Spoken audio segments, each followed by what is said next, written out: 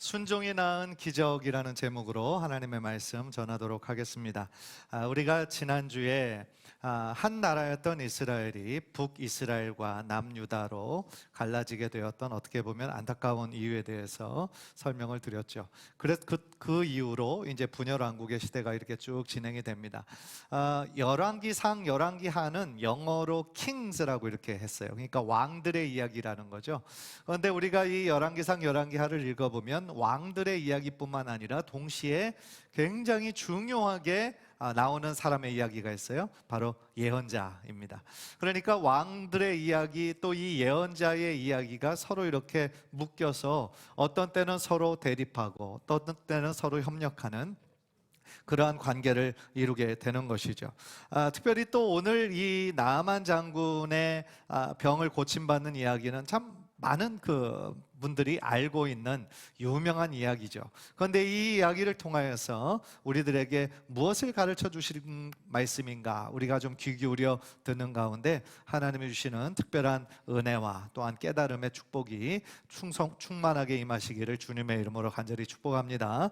한 가지 제목만 놓고 또 함께 우리가 말씀을 나누기를 원하는데요. 그게 뭐냐면 철저한 순종이 기적을 낳는다라는 거예요. 한번 따라 봅시다. 철저한 순종이 기적을 낳는다. 오늘 본문으로 읽지는 않았지만요, 1절을 보면 이 나아만이 어떤 사람이었는가를 설명하고 있습니다. 보니까 아람 왕의 군대 장관 나아만은 그의 주인 앞에서 크고 존귀한 자니 이는 여호와께서 전에 그에게 아람을 구원하게 하셨습니다. 그는 큰 용사이나 나병 환자더라 그랬습니다. 그러니까 아람이라는 나라의 군대 장관, 국방부 장관이었다는 거예요. 굉장히 권력자, 큰 권력자였죠.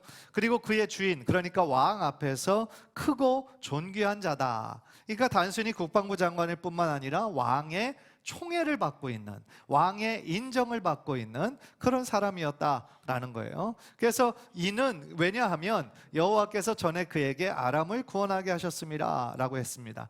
여기서 말하는 구원은 영적인 구원을 의미하는 것이 아니라 아람과 다른 나라의 여러 가지 전투 속에서 승리를 허락하셨다라는 얘기입니다.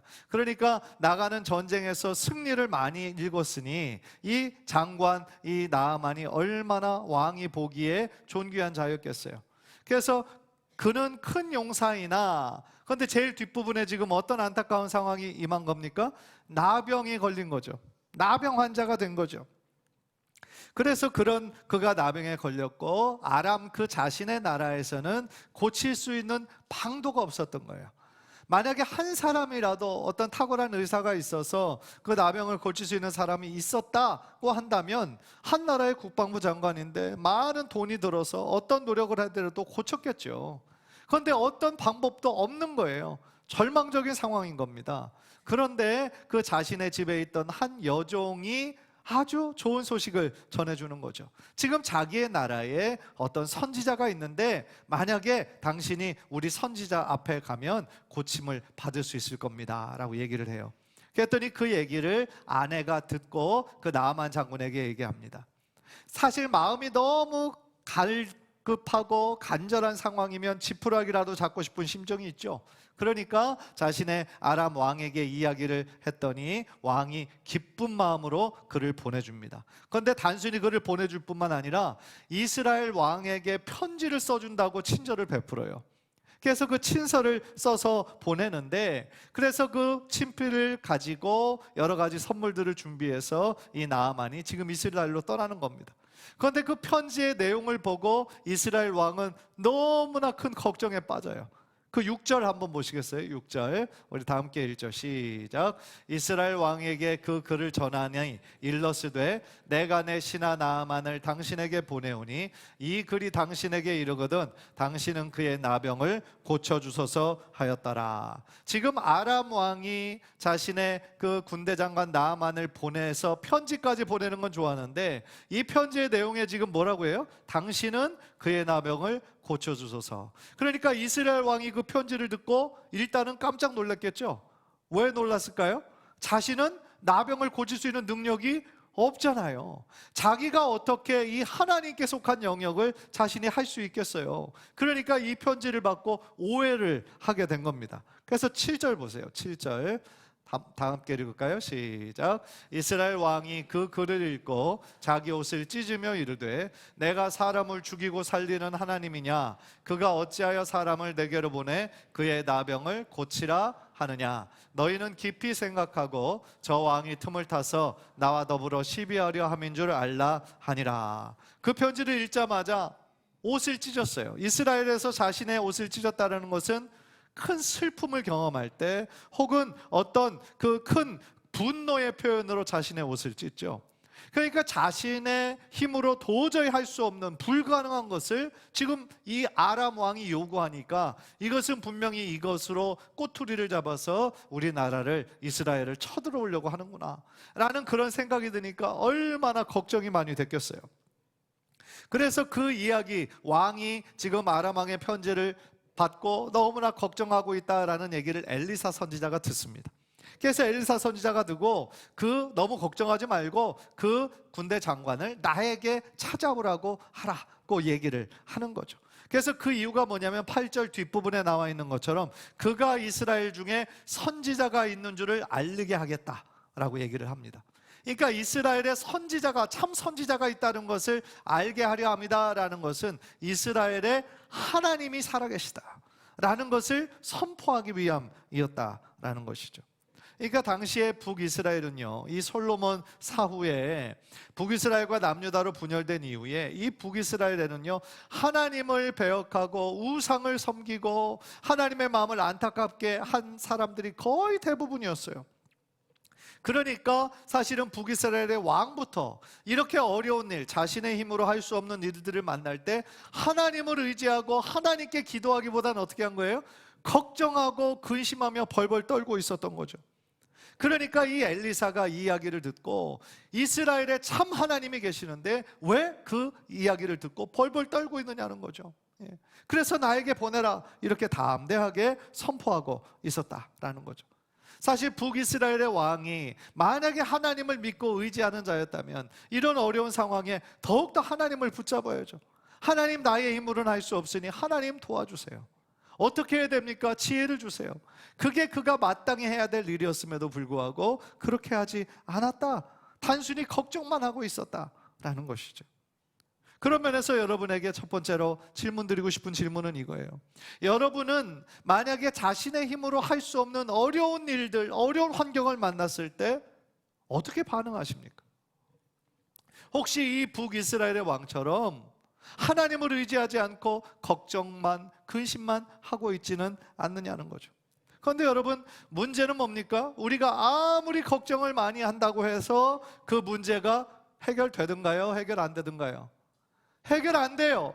우리가 아무리 걱정하고 근심한다고 해서 그 문제가 잘 해결되면 걱정해야죠. 걱정해야죠. 우리가 열심히 걱정해야 되는데 우리가 아무리 걱정을 많이 해도 그것이 문제가 해결되지 않아요. 따라서 우리는 어떻게 해야 됩니까? 우리는 하나님을 믿는 사람으로서 내 힘으로는 할 수 없기 때문에 나의 모든 문제를 가지고 누구 앞에 나가야 되는 거예요? 하나님 앞에 나가야 되는 거예요. 하나님 앞에 나의 힘으로 할 수 없습니다. 나를 불쌍히 여겨주세요. 나를 도와주세요. 겸손한 마음으로 하나님을 찾아야 할 줄 믿습니다. 그게 올바른 신앙의 표현인 거예요. 그래서 베드로전서 5장 7절 우리 한번 화면을 통해 다 함께 볼까요? 시작. 너희 염려를 다 주께 맡기라. 이는 그가 너희를 돌보심이라. 너희 염려를 다 누구에게 맡겨요? 주님께, 우리 하나님께 맡겨야 된다는 거예요. 왜냐하면 그가 우리를 돌보시는 분이시기 때문이다 라는 거죠. 따라서 우리의 힘으로 할 수 없는 것들을요, 그냥 내가 오랫동안 붙잡고 있는 거, 그거는 지혜롭지 않은 거예요. 우리의 모든 근심과 염려를 주님께 맡겨야 되는 거예요. 생각해 보면요, 주님께 모든 나의 염려를 맡길 수 있다라는 게 그게 믿음이에요. 사실은 그게 믿음입니다. 왜냐하면 하나님께 맡긴다라는 것은 어떤 믿음이 있어야 가능합니까? 하나님께서 나의 문제를 해결하실 수 있는 분이라는 확신이 있어야 가능한 일이기 때문인 거죠. 그런 믿음이 없다면 어떻게 나의 문제를 하나님께 맡길 수가 있겠어요? 저도 가끔씩 나의 힘으로 해결할 수 없는 여러 가지 일들을 만나면 마음이 무거워요. 너무 부담이 돼요. 그 부담의 무게가 너무 엄청나서 막 짓누르는 것처럼 느껴질 때도 있어요. 그러면 하나님께 기도하는 거죠. 내 힘으로는 안 되니까 하나님 해결해 주세요. 하나님께 기도하죠. 그런데 하나님께 간절히 기도하다 보면 어떤 예수님의 어떤 이미지가 떠올라요. 예수님이 아주 인자한 표정으로 두 팔을 이렇게 벌리시는 거죠. 두 팔을 벌리시고 저한테 이렇게 말씀하시는 것 같아요. 나에게 오라고, 내 품에 안기라고 이렇게 말씀하시는 것 같아요. 그러면 저는 주님 앞으로 달려가서 나의 모든 문제를 주님 앞에 내려놓고 주님 품에 안기는 장면을 머릿속으로 상상하곤 합니다. 그러면 신기하게도 하나님께 모든 것을, 나의 문제를 맡기고 주님 품에 안길 때 세상에 줄 수 없는 편안함과 마음의 평강을 하나님께서 허락해 주세요. 문제가 당장 해결되지는 않았어요. 그러나 내 마음이 바뀐 거예요. 그렇지, 어차피 내 힘으로는 안 되지, 나의 힘과 나의 능력으로 안 되니 하나님만 의지합니다. 하나님 책임져 주세요. 하나님 인도해 주세요. 그렇게 기도하는 거죠. 사랑하는 성도 여러분, 우리의 힘으로 감당할 수 없는 문제, 우리가 아무리 그거 내 힘으로 해결하려고 해도 그렇게 되면 우리의 건강만 상해요. 잠도 안 오고 밥맛도 없고, 그죠? 건강도 다 잃어버리게 되고, 그런 경우가 얼마나 많이 있습니까? 따라서 우리의 힘으로 할 수 없는 모든 문제, 우리가 붙잡지 말고 오직 하나님께 모든 것들을 맡기고 의탁해서 하나님만이 주실 수 있는 참 평강을 누리시는 우리 성도님들 되시기를 주님의 이름으로 간절히 축복합니다. 드디어 이제 나아만이 이 엘리사의 집 앞에 섰습니다. 그게 9절이에요. 9절을 보니까 나아만이 이의 말들과 병거들을 거느리고 이르러 엘리사의 집 문에 서니 그랬습니다. 나아만이 지금 무엇을 거느리고 왔어요? 말들과 병거들. 그러니까 지금 병고침을 받으러 오는 사람인데 사실은 화려한 모습으로 온 거예요. 그러니까 내가 군대 장관인데 이 정도는 갖추고 와야지 라고 하는 마음이 있었던 것 같아요. 그런데 지금 그런 모습으로 어떻게 무엇인가 대접받기 원하는 모습으로 왔는데 아마도 말에서 내리지도 않았을 거예요. 그래서 엘리사의 집 문 앞에 섰으니까 이제 엘리사가 빨리 나와서 자신 앞에 이렇게 절하고 엎드리면서 어떤 특별한 예식과 어떤 주술과 어떤 화려한 어떤 것들을 좀 해주기를 원했겠죠. 그런 마음이 지금 나아만에게 있었을 거예요. 그런데 어떻게 했습니까? 10절을 보면 엘리사는 문 밖으로 나오지도 않아요. 저 아람에서 군대 장관 높은 사람이 왔음에도 불구하고 엘리사는 집 밖으로 나와보지도 않는 거예요. 인사도 안 해요. 그리고 자신의 사자만 집 밖으로 보내서 지시사항만 딱 전달을 하는 거예요. 그게 10절이죠. 10절을 보니까 엘리사가 사자를 그에게 보내 이르되 너는 가서 요단강에 몸을 7번 씻으라 내 살이 회복되어 깨끗하리라 하는지라. 그래서 이 말을 듣고 이 나아만 장군은 황당한 거죠. 그리고 자신의 생각했던 기대하고는 너무나 어긋나는 거죠. 그래서 그는 지금 엘리사를 생각할 때 아마도 자기 아람 나라에 있는 한 주술사 정도로 생각한 것 같아요. 그래서 그에게 와서 지금 어떤 화려한 어떤 의식이나 신기한 주술이나 이런 것들을 지금 기대했는데 엘리사는 코빼기도 보이지 않는 거죠. 그리고 종을 내보내서 감히 전하는 게 요단강에서 몸을 7번 씻으라고 하니까 얼마나 괘씸했겠어요. 그래서 11절 12절을 보면 어떻게 합니까? 화가 나서 당장 돌아갑니다. 그래서 돌아가면서 아니 요단강에서 몸을 씻으라고? 그 요단강은 크지도 않고 물도 깨끗하지도 않은 강인데 아니 물에서 몸을 씻는 것이 효과가 있다면 지금 내가 있었던 아람에 훨씬 더 크고 아름다운 강들이 많은데 거기서 차라리 몸을 씻는 게 훨씬 더 낫지 않겠냐라고 오해를 하고 그냥 돌아가 버리려고 한 거죠. 그러니까 지금 이 나아만은 합리적으로 생각을 하고 어떻게 보면 지금 나를 모욕하고 있는 것으로 또 자기의 나라 아람을 모욕하고 있는 것으로 지금 그렇게 생각을 한 거예요. 그러면서 나아만이 굉장히 중요한 것을 하나 놓친 것이 있죠. 그게 뭡니까? 지금 하나님께서요 엘리사를 통하여 나아만에게 요구하신 것은 그것은 믿음의 시험이었다는 거죠. 그 사실을 이는 깨닫지 못했어요. 사실 어떤 요단 강물이 치유의 능력이 있는 게 아니죠. 요단 강물의 능력이 있는 것이 아니라 나병을 고치시는 것은 전적으로 누구의 능력입니까? 하나님의 능력인 것이죠. 그것도 한 번만 요단강에 몸을 씻으라는 것도 아니고 몇 번 씻으라고요? 7번 씻으라고 얘기하잖아요. 그러니까 이 말씀을 하시는 것은 그 말씀하시는 하나님께 전적으로 순종할 수 있느냐, 이해되지 않아도, 머리에 100% 이해되지 않아도 하나님의 권위를 인정하고 하나님의 말씀에 순종할 수 있느냐, 그거의 여부를 지금 엘리사를 통하여 시험을 하고 있었던 것이죠. 이 성경에서 7번이라는 것은 굉장히 큰 상징적인 의미가 있죠. 성경에 완전수가 있습니다. 3이고 7이에요. 3과 7이 나오는 횟수는 완전수입니다. 따라서 이 성경에 7번이 나오는 경우가 많이 있어요. 가장 먼저 떠오르는 것은 여리고성, 그 이스라엘 백성이 여리고성, 가나안의 그 제일 크고 견고했던 여리고성을 무너뜨릴 때 하루에 한 바퀴씩 그 여리고성을 돌다가 제7째 날은 몇 바퀴를 돌았어요? 7바퀴를 돌았어요. 아무런 소리 내지 말고 하나님을 믿음으로 신뢰함으로 7바퀴를 돌고 한꺼번에 소리를 지렀을 때 여리고성이 무너져 내렸죠. 그리고 또 7번, 이것이 연관된 것이 그 불의 선지자 엘리야가 당시 이스라엘의 비가 3년 6개월 동안 내리지 않았어요. 여러분 생각해 보세요. 6개월 동안에 비가 안 내려도 가뭄이잖아요. 그런데 3년 6개월 동안 비가 한 방울도 내리지 않았어요. 그러니까 얼마나 큰 가뭄이 지금 그곳에 임한 겁니까? 많은 백성들이 지금 비를 내려달라고 자신이 믿는 그 신에게, 우상에게 절하고 그런 쓸데없는 짓을 했을 때 하나님께서 엘리야에게 마음을 주셔서 비를 내려주시겠다 하시는데 엘리야가 간절히 기도해도 구름이 보이지 않는 거죠. 그래서 자신의 사환을 계속 보내서 혹시 저 멀리서 비구름이, 먹구름이 지금 몰려오나 확인해봐라. 그래서 계속 확인시킨 그 횟수가 몇 번이냐면 7번이에요. 계속 왔다 갔다 없는데요, 전혀 보이지 않는데요, 이것이 7번째 드디어 저 멀리서 손바닥만한 작은 구름이 올라오는 것을 보고 아, 하나님께서 나의 기도에 역사하시는구나 라는 확신을 가지잖아요. 그러니까 성경에 나오는 7번은 굉장히 성경적인 의미가 있다라는 거죠. 그런데 이 나아만은 깨닫지 못했죠.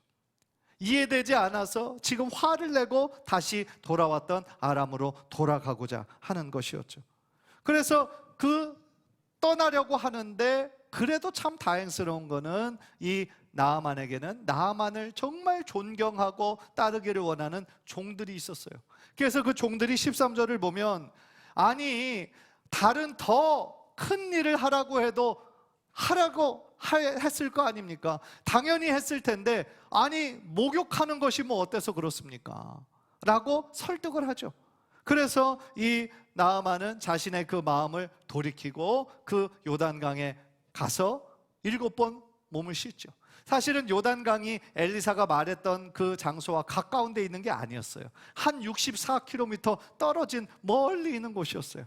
그러니까 너무나 자존심도 상하고 하기 싫은데 그래도 이 자신을 사랑하고 따르는 종이 얘기를 하니까 그래도 순종하는 마음으로 가서 7번 몸을 씻었을 때 어떻게 됐습니까? 그의 모든 나병이 깨끗하게 낫고 마치 어린아이의 살같이 완전히 깨끗해지는 기적을 경험하게 되는 것이죠.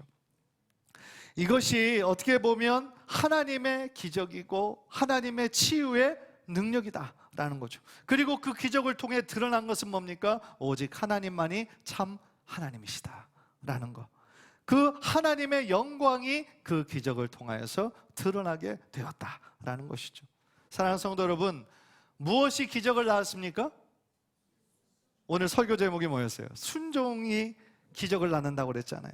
그러니까 구체적으로 얘기하면 하나님의 말씀에 대한 우리의 순종이, 철저한 순종이 기적을 일으켰다라는 거죠. 사실 순종은요, 믿음이 없으면 불가능한 거예요. 네. 누구를 향한 믿음입니까? 하나님을 향한 믿음이죠. 나아만은 이례적으로 이방인이지만 이 기적을 통하여 하나님을 참 신으로 믿게 되는 그런 역사가 일어나게 됩니다. 어떻게 보면요, 왜 이방인에 대한 이야기가 이 열왕기하에 시작할 때 나오나, 어떻게 보면 저자의 의도가 있는 거죠. 이 이방인 나아만의 이야기를 통하여 지금 하나님을 믿지 않는 북이스라엘의 왕과 백성들을 책망하시는 거죠. 그리고 이들을 부끄럽게 만드시는 거죠. 심지어 이방인이라 할지라도 하나님을 믿고 이렇게 놀라운 기적을 체험하고 있는데 너희는 왜 나를 온전히 믿지 못하느냐? 하나님께서 가르치시는 것이죠. 그래서 이와 같은 문맥에서 열왕기하 1장을 보면은요, 당시에 북이스라엘의 아합의 아들 아하시야 왕이 그 왕이 됐을 때 난간에서 떨어져 크게 아픈 상태에 있었어요. 그때 이 왕이 뭐라고 얘기하냐면 에그론의 신 바알세붑에게 찾아가가지고 내가 어떻게 될 건지 나을 수 있는지 한번 물어봐라 해서 자신의 밑에 있는 신하들을 보내요.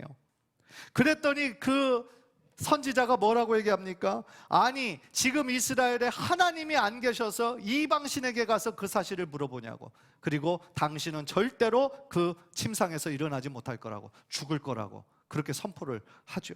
그러니까 무슨 얘기입니까? 이스라엘에 하나님이 여전히 살아계시고 왕으로서 역사하시는데 많은 이스라엘 백성들은 하나님에게서 멀리 떨어져 있었다는 거예요. 하나님이 왜 눈에 보이는 금송아지 우상들을 만들고 그것이 마치 자기를 애굽에서 이끌어낸 신인 것처럼 착각하면서 그렇게 섬겼다라는 거죠. 그러니까 결과적으로 하나님께서 얼마나 마음이 아프시고 안타까워 하셨겠냐는 거죠. 그래서 이 말씀을 우리가 묵상하면서 생각하면서 하나님께서 지금 나에게 또 여러분에게 이렇게 말씀하시는 것이 아닌가라는 생각이 들어요. 너는 정말 나를 하나님으로 믿고 있냐는 거죠. 우리가 하나님을 믿고 예배하기 위해서 이 자리에 모였는데 정말 하나님을 하나님으로 믿고 있느냐? 입으로는 주여 주여 우리가 외치지만 실제로 우리들의 삶의 주인으로 모시고 있느냐라는 거죠. 하나님은 전능하신 하나님이라고 우리가 얘기하지만 왜 자꾸 하나님의 능력을 나의 경험과 나의 지식과 그런 것들로 자꾸 제한하려고 하느냐는 거죠. 만약에 하나님을 전능하신 하나님으로 믿고 있다면 왜 걱정하고 있느냐는 거죠.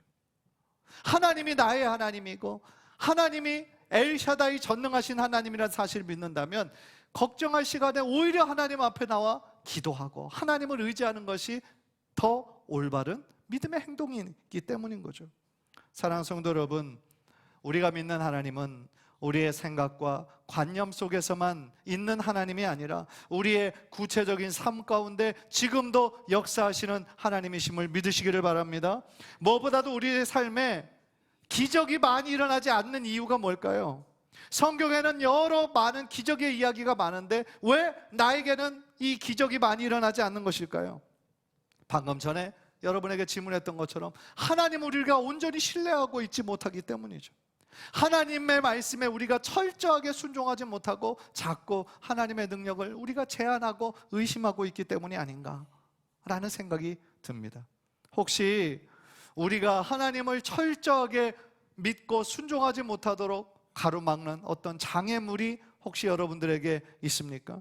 나아만은요 뭐였어요? 자신의 체면이었어요. 자신의 자존심이었어요. 내가 한 나라의 군대 장관인데 라는 그 체면과 자존심이 엘리사가 요구하는 그 하나님의 뜻에 순종하지 못했잖아요. 그러니까 자신에 맞는 합당한 대우를 안 해준다고 생각하니까 자존심 상해하면서 욕하고 돌아가려고 그랬잖아요.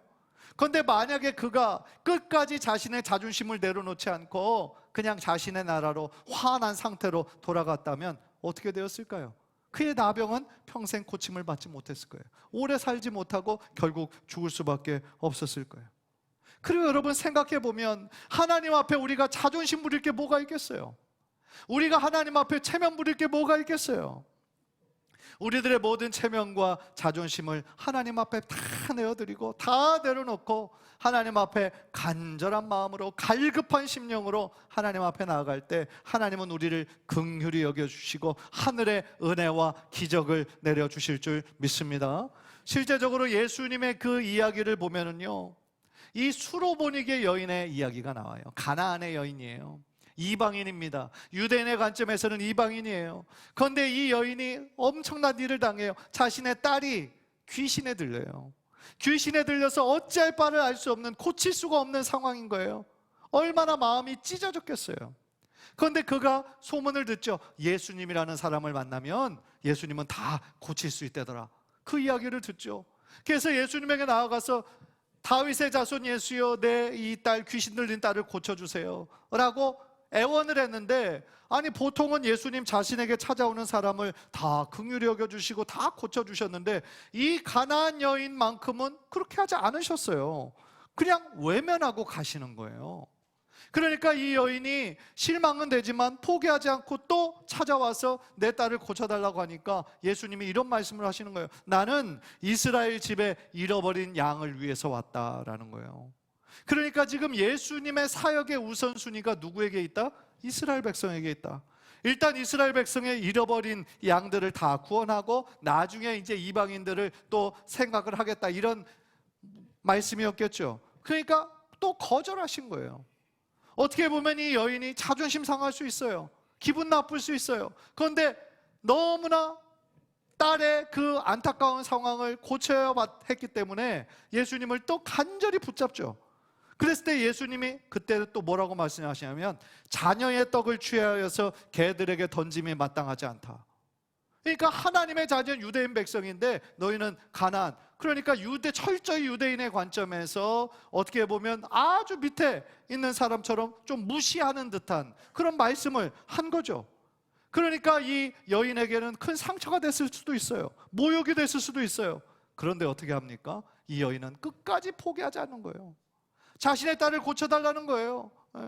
그 개들도 주인의 식탁에서 나오는 것을 먹지 않겠습니까? 라고 끝까지 자신을 낮추면서 예수님을 붙잡죠. 그랬더니 예수님께서 어떻게 하십니까? 그녀의 큰 믿음을 칭찬하세요. 그녀의 큰 믿음을 칭찬하시면서 그녀의 딸을 깨끗이 고쳐 주시는 것이죠. 그러니까 결국 뭡니까? 예수님께서 의도적으로 그녀의 믿음을 시험하신 거예요. 끝까지 포기하지 않고 주님을 향한 간절한 마음이 있는지 시험하셨을 때 이 여인이 끝까지 포기하지 않고 주님을 붙잡았을 때 놀라운 기적을 경험하게 되었다라는 거죠.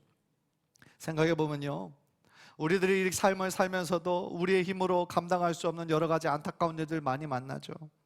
정말 어떤 간절함이 있잖아요. 그 간절함이 있다면 우리의 어떤 자존심도 체면도 다 내려놓아야 된다고 생각해요. 또 어떤 경우는 나의 어떤 지식이, 어떻게 보면 나의 경험이, 나의 합리적인 생각이 하나님을 향한 순종을 가로막고 있지는 않나 라는 생각을 또한 하게 됩니다. 또한 눈에 보이는 다른 것들을 의지하는 나의 교만한 마음이 눈에 보이지 않는 하나님을 의지하는 것보다 더 우선순위일 때도 있지 않나 라는 생각을 해봅니다. 간절히 바라기는 오늘 말씀을 통하여서 다시 한번 우리들에게 도전하는 하나님의 말씀이 있는 거죠. 정말 우리가 하나님을 온전히 믿고 있는지, 우리가 정말 하나님께 정말 나아가 겸손한 마음으로 하나님의 도우심을 구하고 있는지, 그거에 대해서 우리들에게 도전하고 계시는 것이죠. 간절히 바라기는 우리들 모두의 자존심과 교만과 어떤 지식과 세상의 경험과 모든 가치관을 다 내려놓고 온전한 마음으로 하나님을 붙잡고 또 하나님의 뜻에 전적으로 순종하여서 우리가 이전에 경험해보지 못했던 하나님의 역사와 하나님의 기적과 하나님의 영광을 모두가 체험하는 귀한 성도님들 되시기를 주님의 이름으로 간절히 축원합니다. 기도하겠습니다. 우리